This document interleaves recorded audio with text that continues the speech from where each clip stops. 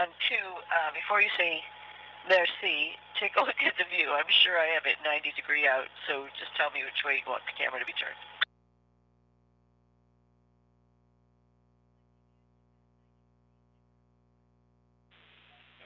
Yeah, you're right. So BME would like to do like a 90 degree counterclockwise spin.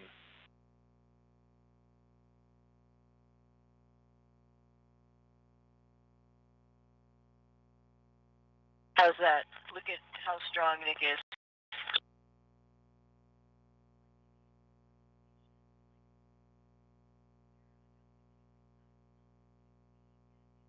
Checking.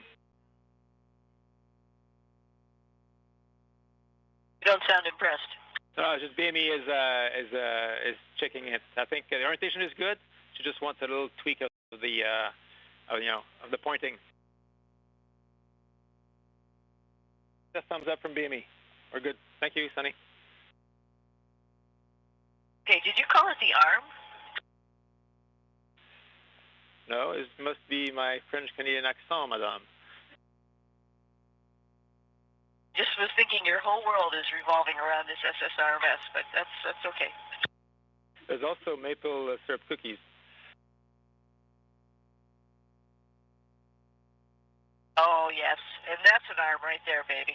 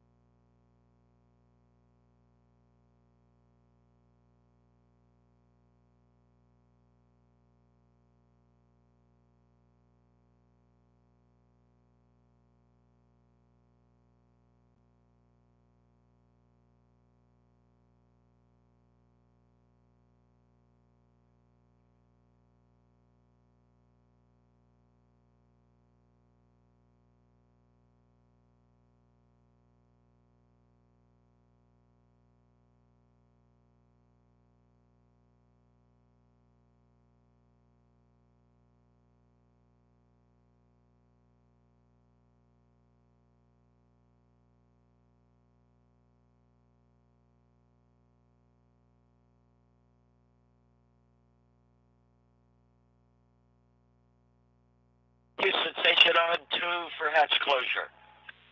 With you on 2, Don. A minute and a half to LOS. Yes, I'm just ready to make the mechanism close, and Sonny's going to hold the microphone next to the hatch so you can hear what we hear. Okay, good. And within the next minute, please.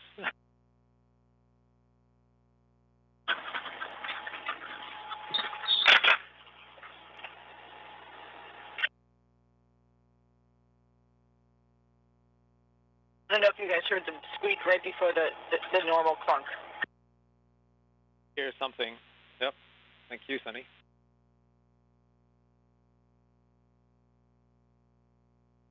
You're welcome. So we're headed for a 20 minutes LOS, just heads up. You on the other side? No.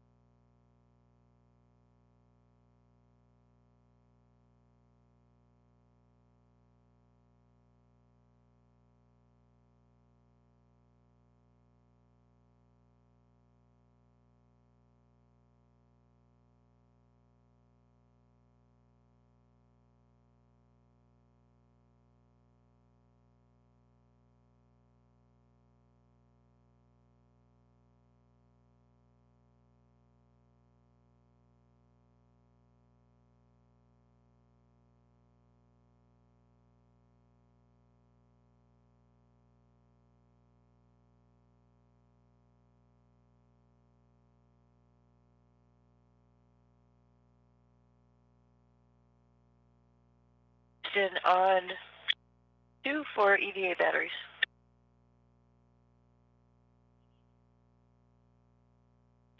With you on 2, Sunny. Hey, I've got the batteries all put into the storage compartment, and just looking to initiate my 1820 activity, if that's okay with you. Yes, ma'am. You have an early go.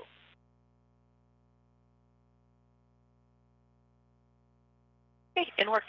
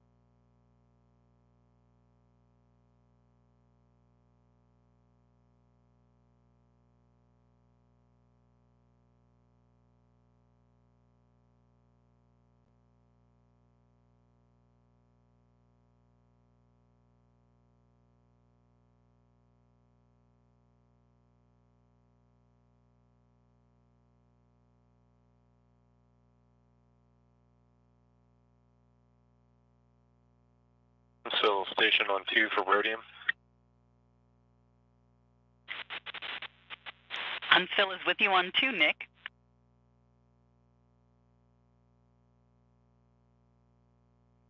Hey, Kelly, I've got the gym lab cam 1 pointed toward the ports where I'm going to set up rhodium.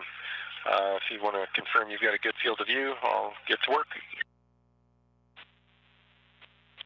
We are getting that camera routed as I speak. Give us just a moment and we can give you that field of view check. Okay, just let me know if you need me to adjust it at all. I'm going to jump up into JLP and do some storage retrieval. We copy, and before you go anywhere, that video just popped up if you'd like to do that field of view check right now.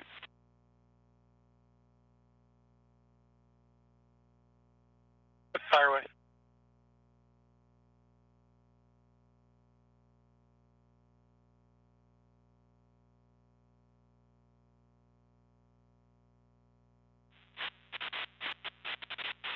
Nick, that looks great.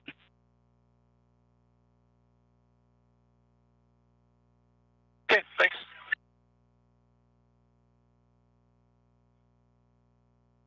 And Houston on 2, I'm in step 21, and the task for each channel is charge.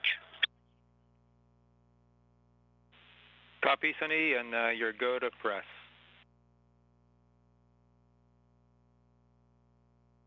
Okay, continue now.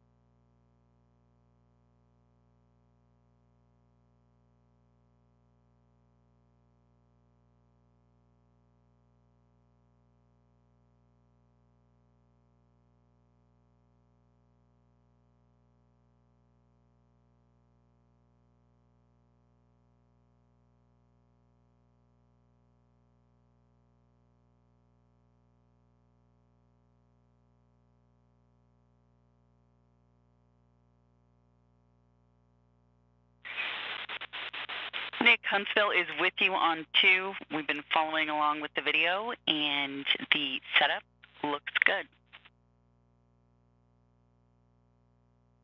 Yep, it's all set up, functional. The SD card that I have the pictures on that we're going to put in the jail box is 1076. Copy, thank you. And if you're happy, I'll shut down the Gem 1 camera.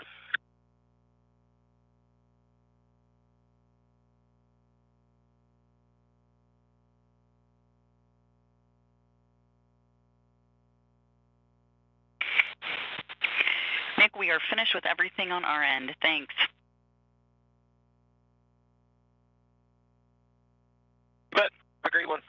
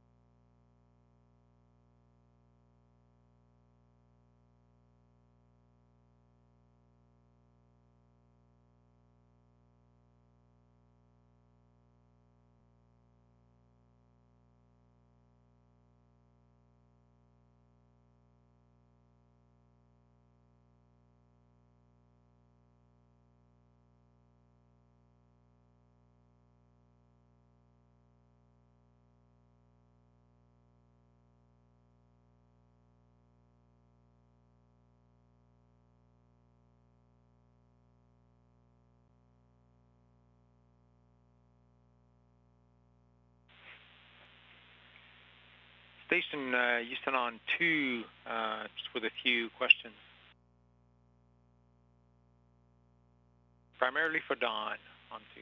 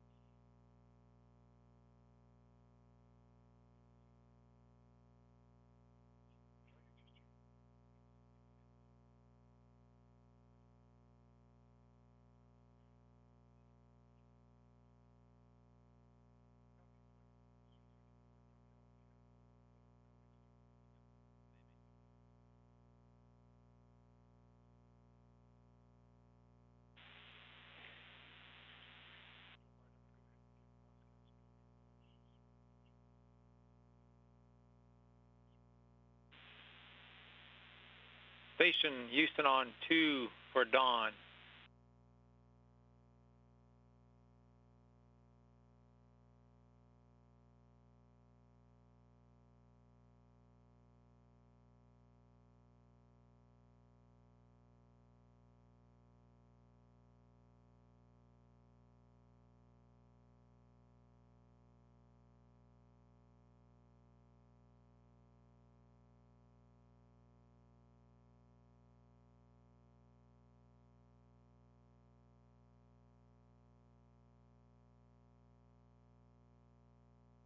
Go on through, Houston.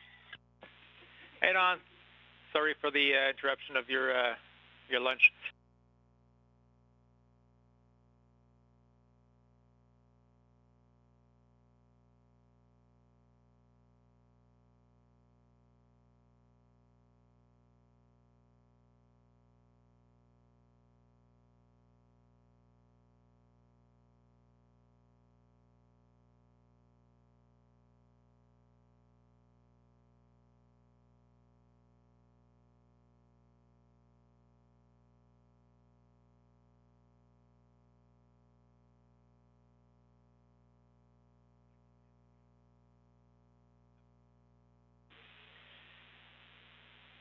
Station Houston on 2, sorry for the rookie mistake there. I lost you in an LOS.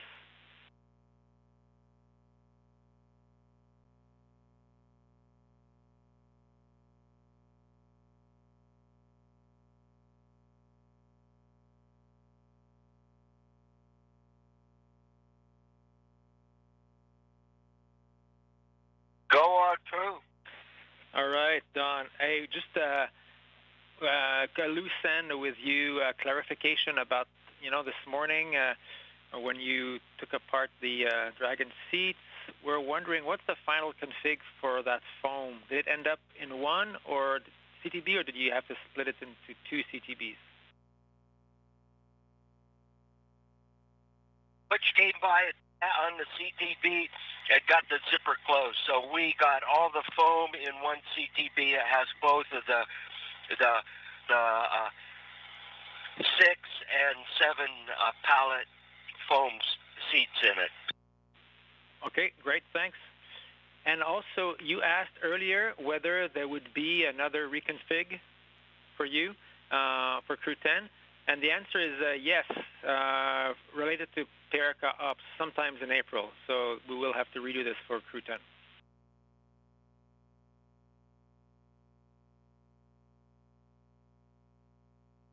Just be advised that installing all that stuff is going to take a heap of time longer than pulling it out.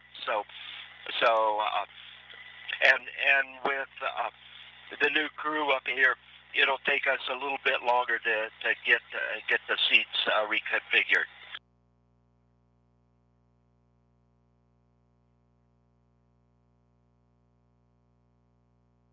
I copy that, Don. Thank you. I think Nick said something that it took him 2 days to get the current seats in there for both pallet 7 and pallet 6 when we had Dragon set up for 6 people.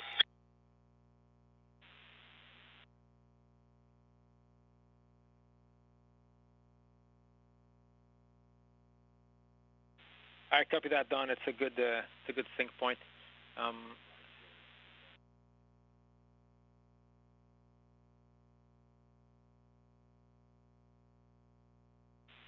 And Don, I had a question for Suni if she's nearby. You called? Hey, Suni, just got a question about tomorrow's timeline. There is a scheduled storage conference for you at the end of the day. Do you feel you'll need it, or should we cancel that? Tomorrow, if you look, it's around... I think we can cancel that. Okay, cancel that. Thank you very much. Thank you for asking. Well, have you, Suni? I mean, you've probably all seen it in looking at your email, but so far so good for Crew 10 launch. L-7 was go. There's a couple more steps before this is actually happening, but it's all looking good so far. Woohoo! Looking good. We're getting excited for some more neighbors, some more friends up here.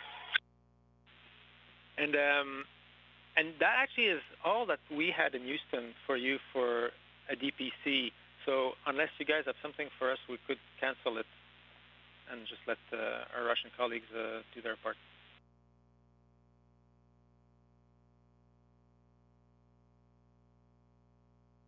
Okay, we have nothing for you, so we're happy to cancel. And thanks to everybody for having a great day with us. We appreciate it. Thank you. It was fun working with you all. Enjoy your evening, and fingers crossed for new roommates tomorrow. Roger, and I am going to ask you at about 7 o'clock if you wouldn't mind inhibiting the smoke detection in node 3. I'm just going to give it a little bit of a sweep down. Around 7. Okay, copy that.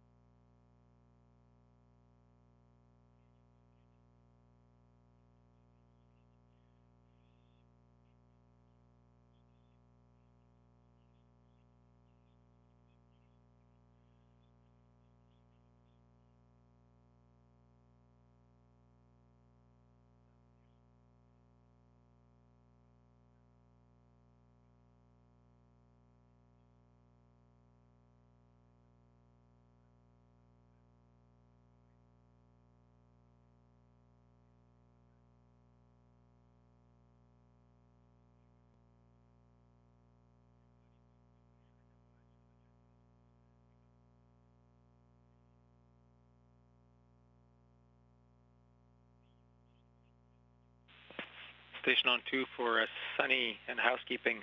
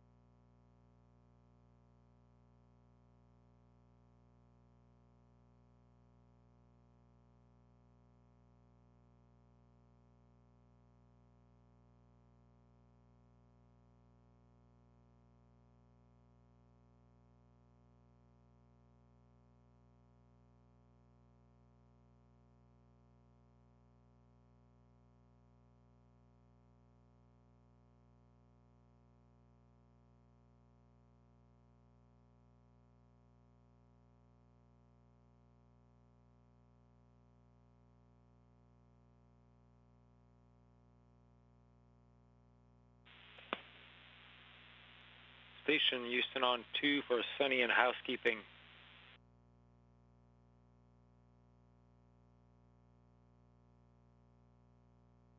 David, go ahead. Madame, the smoke detectors in node 3 are offline for you to go ahead. Okay, thank you. I'll probably be done in about 15 minutes. Okay.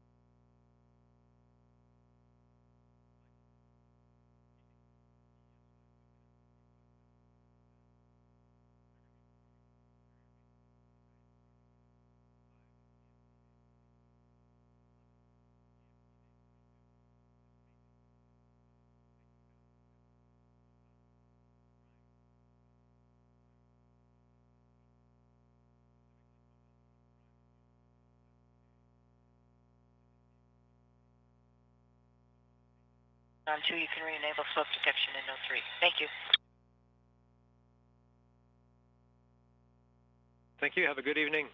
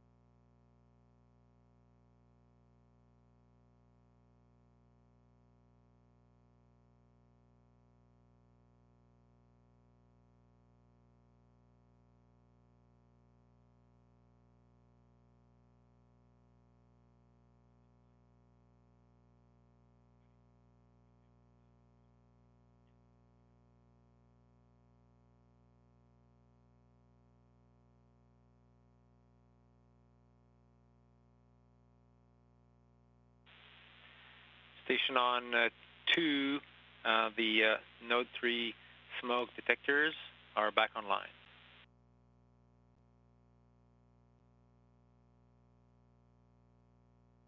Okay, thank you. Good night. Good night.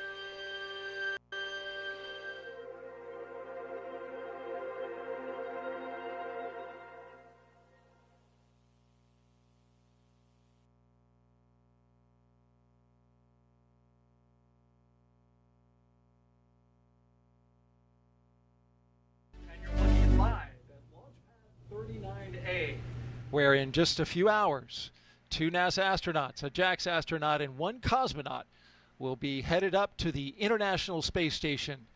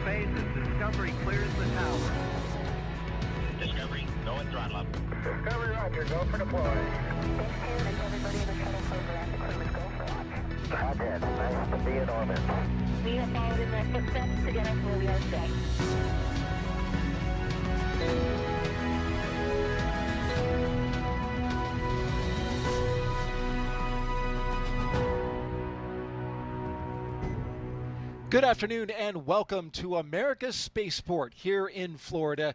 You're looking live at Launch Pad 39A here at the Kennedy Space Center in Florida, where Crew 10 is in the process of suiting up for their mission. Today's T0 updated to the second at 7:48 and 56 seconds p.m. Eastern Time. That is when Dragon, a spacecraft sitting on top of the Falcon 9 rocket, will launch them to the International Space Station. Crew 10 is a continuation of regular crewed flights from the U.S. soil to station as part of NASA's Commercial Crew Program. As we look at the historic countdown clock and shift to an orbiting shot from our helicopter team here at the Kennedy Space Center.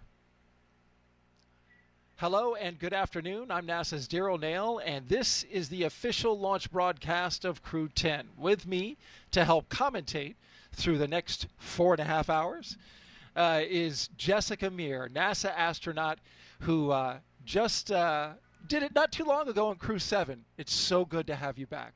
Thank you, Daryl. It is wonderful to be here, as always, with my close friends and colleagues heading off to space. It's so wonderful and meaningful to play a part of that role in sending them off. How about this view of the rocket as we orbit around it? Such a great shot there, seeing the perfect weather that is outside. Absolutely. It feels so nice outside, doesn't it? Coming from Houston and Florida, usually we're fighting the heat and humidity, and everything just seems to be lining up perfectly today. We're looking good so far. The mission today, we are flying NASA astronaut Commander Anne McClain, NASA astronaut pilot Nichole Ayers, JAXA astronaut mission specialist Takuya Onishi, and Roscosmos cosmonaut mission specialist Kirill Peskov.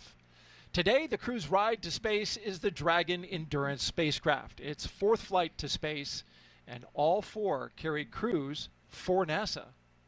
It's back in the rotation. It wasn't initially. It was swapped out because a new capsule that SpaceX had built wasn't quite ready yet, so they swapped it out with the capsule that was going to go on Axiom 4. Yeah, that's right. So we had a few late-breaking changes, but as astronauts, we are always ready for that. Flexibility is really the name of the game. So we take it as it goes, knowing things can always change. But this is the fleet leader, right? So this is the first time we've used a capsule 4 times for a crewed mission. So exciting event today for my colleagues. It's reliable, and the Commercial Crew Program and NASA knows this spacecraft well, as you mentioned. This is LD on Countdown Net with a T-minus 4-hour situational awareness briefing. We're currently counting down to a T0 of 19:48:57 UTC and 23:48:57 UTC, 19:48:57 local, with a minimum of 2 launch opportunities for Thursday and Friday for backup attempts. The crew are currently getting suited up at ONC. The advanced team is currently on the way to the pad to open the side hatch and prepare for crew arrival. Vehicle gases are up, FTS checkouts are complete, and Dragon prop tanks are pressed. Falcon 9 is not working issues at this time. However, hydraulics is undergoing final release bleeds to the system for readiness for flight. Weather is looking favorable at the launch site. The launch ascent weather with meteorological input was used to tune the forecast model showing a failure possible risk of 14.6% and grow criteria for flight today. Procedure 52.911 is open in the event of crew contingencies from ingress through launch. And as a reminder, the launch escape system will be armed prior to propellant load today. Hangar X will go into lockdown T-minus 45 minutes until after spacecraft separation or the launch escape system is disarmed. All personnel are requested to stay in their state locations until lockdown is complete. All right, that was an update. FC, do you have a report on Falcon 9 health? Falcon is healthy and not tracking any issues. And MD, do you have a report on Dragon health? Dragon is healthy and not tracking any issues. This will conclude the T-minus 4-hour situational awareness briefing unless there are any other questions.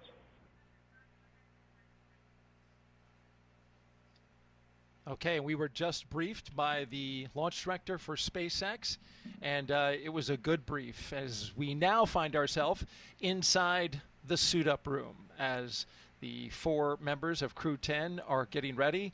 They've got the main part of their suits countdown. on. Advanced team is open side hatch on schedule. And they are putting on the remaining parts of their suits, the gloves, the boots. We will be hearing from time to time, as you just heard, communications, what we call loops. This is the command loop that will hear the launch director communicate with his crew as well as the core. When they talk to the astronauts, we'll hear the back and forth once they get into their spacecraft. Just want to make you aware that whenever they have an update, we will pause our commentary so we can listen in.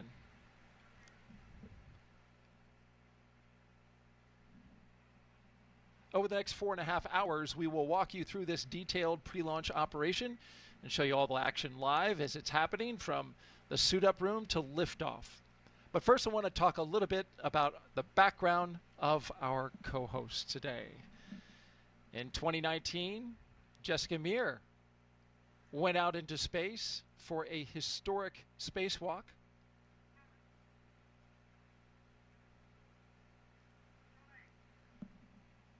This was back, you launched on a Soyuz, went up to the International Space Station. You and your fellow astronaut, Christina Cook.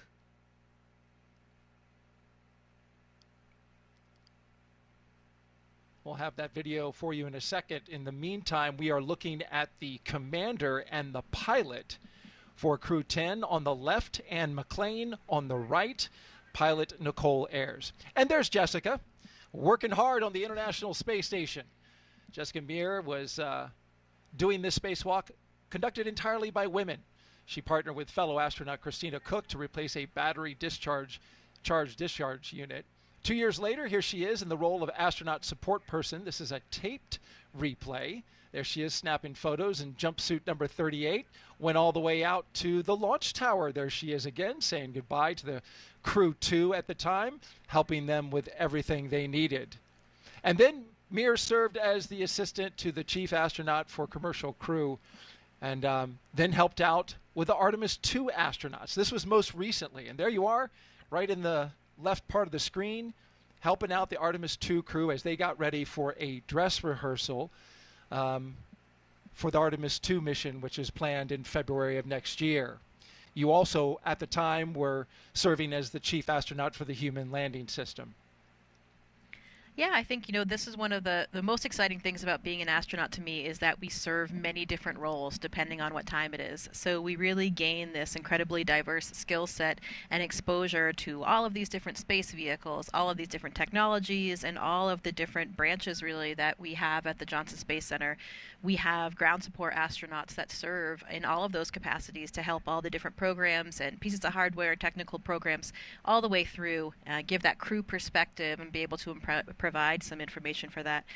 Here you can see in the suit-up room, there's Takuya Onishi and there's Christina Birch. She is the astronaut support person today for Crew 10. She's one of Nichole Ayers' Vapors classmates, so they're the newest class of astronauts that flies, and she's helping out with everything for getting the crew ready for launch. That must be comforting for Nichole, who sees a fellow classmate who, becomes quite close with your astronaut classmates. She's also the first to fly from that class, so she's taking some stuff on board, some mementos for some of her classmates, which is a nice touch. But speaking of classmates, you too have a classmate, and it's the woman who is serving as commander for this mission, Anne McClain. Yeah, there she is in the screen right now. Looks like she is conducting the pressure check of her spacesuit right now. That's why they're positioned there comfortably in the same chairs that they'll have on the launch vehicle with all the same interfaces, going through that last check to make sure that their suits are indeed pressure tight. We do that on all the vehicles we fly on to make sure things are in good shape. But as you said, incredibly special for me since Anne is one of my closest people here on Earth, whether outside or inside NASA. So it's so exciting to be here with her today. Over the last 11 and a half years that we've been here now, we've really become like family. So I know all of my classmates are so excited and paying attention, watching along to send back up to space again. I imagine it's going to be quite special when we go outside to watch that rocket lift off. Absolutely, and we know the 8 Balls, that's our class name. We have another classmate up there right now too. Nick Hague is also one of our classmates. So Anne and Nick will have a wonderful high five moment as they have their handover of a couple days on the space station. And then Nick Hague and his crew, the fellow crew members of Crew 9, will be coming home. Talk a little bit about the suit up room. It's one of many rooms on the 3rd floor of the Neil A. Armstrong Operations and Checkout Building that make up crew quarters. The crew has been living and working in the crew quarters for more than a week now. There's a lot of history in that building. It's always nice when you come here for a visit to KSC for whatever task you're here for. We usually stay in that facility, and there's a lot of history going, way back to the shuttle days, and all the rooms are, I think, pretty much decorated in the same way. So you're part of that spaceflight history. It has a dorm room kind of feel, does it not? It does, absolutely. Let's talk about the weather and give you an update that was given to the crew just about 20 minutes ago. The temperature here is a lovely 67 degrees. We're expecting it to get into the 70s later today. Winds 12 to 17 miles per hour out of the southeast. The concerns, there are none. This is 95% go. It's a high pressure system that's come into the area and just literally been a big bubble of no trouble, as I hear weathermen call it. It just clears everything out. We've got 20 miles visibility. You can watch today. It pretty much from anywhere. So it's going to be really nice beaches, for bridges. Anybody who's here in the area to watch this launch. It is a fantastic way for everybody to be able to play a part in what we're doing here. Yeah, that is a nice thing about launching here on the Space Coast is that even if you don't have access to that, so this is really amazing that we can have so many people really involved in the mission. All the local beaches, bridges. It is a fantastic way for everybody to be able to play a part in what we're doing here. When I launched from the Baikonur Cosmodrome on a Soyuz, a little bit more difficult to get access to that. So this is really amazing that we can have so many people really involved in the mission have the chefs here at the Kennedy Space Center rocket light off. Cook up their favorite dish before they fly. Do you know what they had? Before the crew came Do you know in what here, they had this time? So Anne McClain, I sent the questions earlier, and she hadn't exactly decided, but she did want to give a big shout out to the staff at the astronaut quarantine facility, who she says has been providing them with some amazing meals in the days leading up to launch. So she says the food is as close to home cooked as we can get. Takuya said he's going to have a Japanese dish. To the staff at the astronaut quarantine facility. I think that they actually had fajitas. Anne told me last night that it ended up being fajitas. They were excited about it. And I know that one of the things that Tak has planned for them on station is that he has a whole bunch of Japanese food that he's going to share with the crew. He hadn't decided exactly which one. I think that they actually had fajitas. Anne told me last night that it ended up being fajitas. Nice. They were excited about it. He mentioned and I know that one of the things that Tak has planned for them on station is that he has a whole bunch of Japanese food that he's going to share with the crew. Core on countdown. Lyoseals removed and installation. Yeah, absolutely. I mean, I'm a bit of a foodie, so food's always important to me. But even people who don't care so much about food really do pay attention to it in space. And I think that's just kind of because of the monotony. When you have a lot of variety, it can really make a lot of difference to your morale and your overall psychological state. I'm a bit of a foodie. Having a little bit of personal touch is really awesome.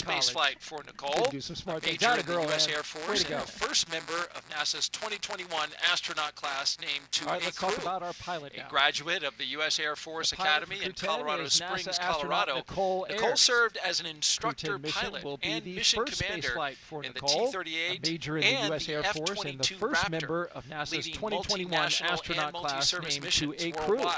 A graduate of the U.S. Air Force Academy in Colorado Springs, Colorado, Nichole served as an instructor pilot and mission commander in the T-38